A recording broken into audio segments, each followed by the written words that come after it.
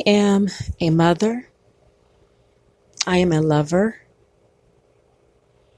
I am a career person.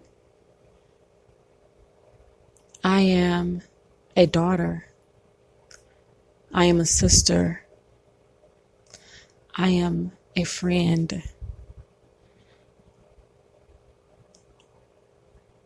I have many roles. And there is something that is to be reminded of that those are roles of who I am. They are partners to who I am, essentially. And I believe that we get lost in our roles. And we decide that those are the titles of the description of who we are individually as a person. But they are roles. It's a portion. It's a partner of who you are first. Like you have to be you first. You're the common denominator in all the roles that you speak of that pertain to you. You're the common denominator. And that part is very essential when you are considering, what you're going to do with yourself or what you're doing with yourself. One of the things that is so easy to happen, like I stated just a moment ago, is that we decide that our roles are who we are and we don't feed ourselves as an individual, as, the main part. And the best way I can describe this is a tree, a trunk and branches. You're the trunk, right? And your roles are the branches. Now, in order for a branch to even form, a trunk has to be present. But what we do, or what we're known for doing, is that somehow we make the branches bigger than the trunk. So we allow our roles to be more important than who we are as a person, as an individual, as your own self, as your trunk. Like we want to have people acknowledge our titles before they even take heed to who we are as a person. So think about that. Think about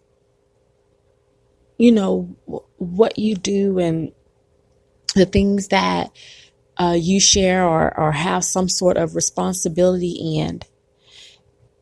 And, you've taken ownership of that. Do you speak more on that than of yourself? Do you invest more on that than of yourself? If so, your branches are bigger than your trunk. And if you, as you know, I'm a visual person. I'm a visual learner. And so when I speak in visual terms and words that I'm painting a picture. So if you can come with me, you will see how your tree is abnormal because your trunk is smaller. So technically it's almost like your tree is upside down, where your branches are fatter than the trunk. So we already know that that's not even possible. But as a perspective of who we are and how we move, that's what it's like. Or let's use another analogy. Let's use babies, right? Let's say, based on however many roles you have, that's what your set of babies are. So let's give an example, triplets. Let's say you are yourself and 2 other roles. Now, if all 3 of these triplets were born at the same time, all 3 of these babies were born at the same time because they're triplets. The parent is the nurturer, the caretaker, right? Now, if 2 of the babies are plump and juicy, just fat, adorable little babies, and that 3rd baby looks malnourished. Now, for someone that's on the outside looking in or coming to visit, and they say, well, why is baby A and B so healthy and, vibrant, and baby C is malnourished and depleted?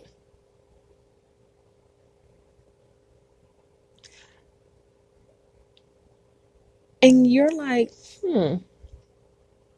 why is that?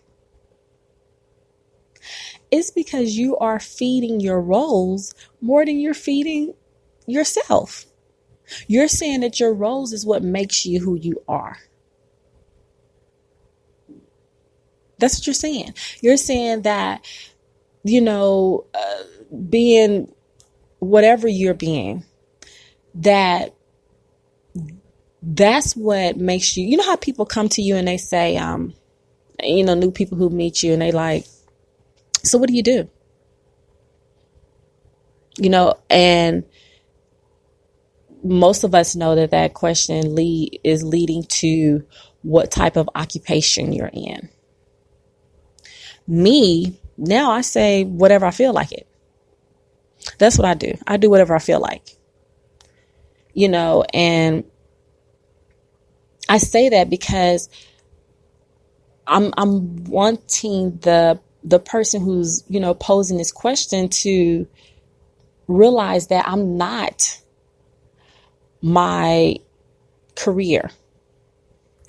My career is me. I'm bringing that into me. It didn't bring me into it. I pursued it. It couldn't have, followed me and then said, and had this spaceship mechanical arm and snatch me into it. No. I went to it. And brought it to be a part of who I am. And that's the part that we have to remember. You're bringing stuff to connect to you. These roles are not you connecting to it.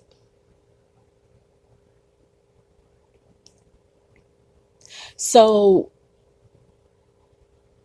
feed baby C, please. Give baby C some food. A couple of bottles, put a little cereal and cereal inside the bottle. Plump him up. Get him fat and juicy like the rest of the babies. Probably juicier, so that he can handle what these other plump babies are doing to him, and also help it give out to them. Don't malnourish yourself and feed your roles. Doing that makes you an upside down tree. It makes you abnormal because now again, you're trying to fulfill the partnering part when you're the common denominator. You're trying to say that it makes you who you are, when that is a terrible lie. You make it that. And this is the part that, if you really think about it, let's talk about a couple roles. Let's talk about being a mother. It's many mothers out here And all of us are different. We wear the same role name, the same title, but all of us are different. Why? Because it is a partner of me. It does not own me. I own it. So because of that, I am putting who I am into it.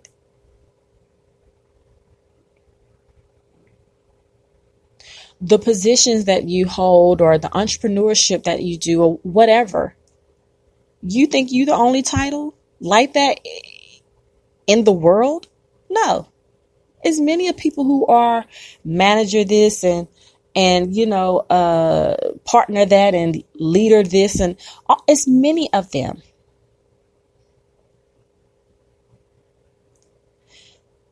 But it's only you that manages this way. It's only you that lead that way.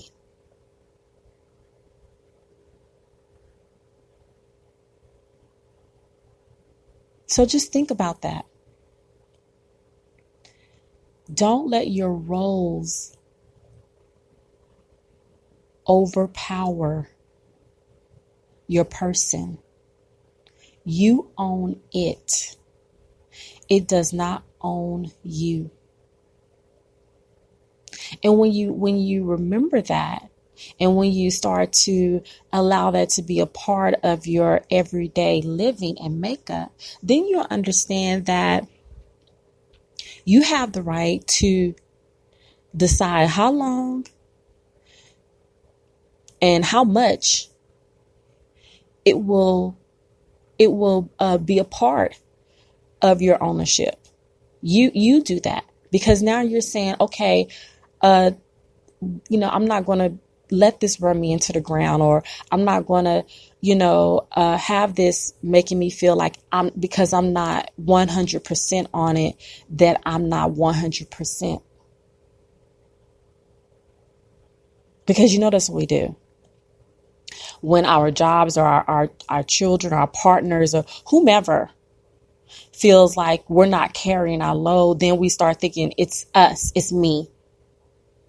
Because they are critiquing your role, then you start thinking that it's something wrong with you as an individual. And now you got to start trying to find ways to make it right, to fit, change up whatever, so that again, it can put a check beside ownership.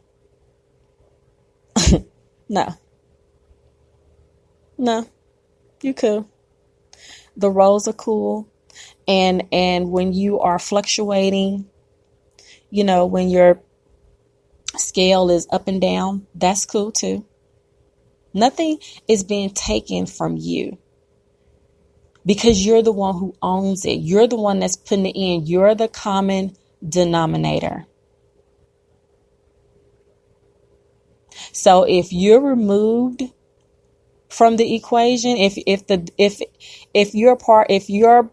the denominator is removed, then it's not a fraction. Then there's not, it's no longer a part of you anymore. So it's okay. Because you disconnected. And we both know, for those who are math heads, mathematicians or whatever, usually if the denominator has been taken out, that's because it has become a whole number. Excuse me. So you're still solid because you're still in the equation.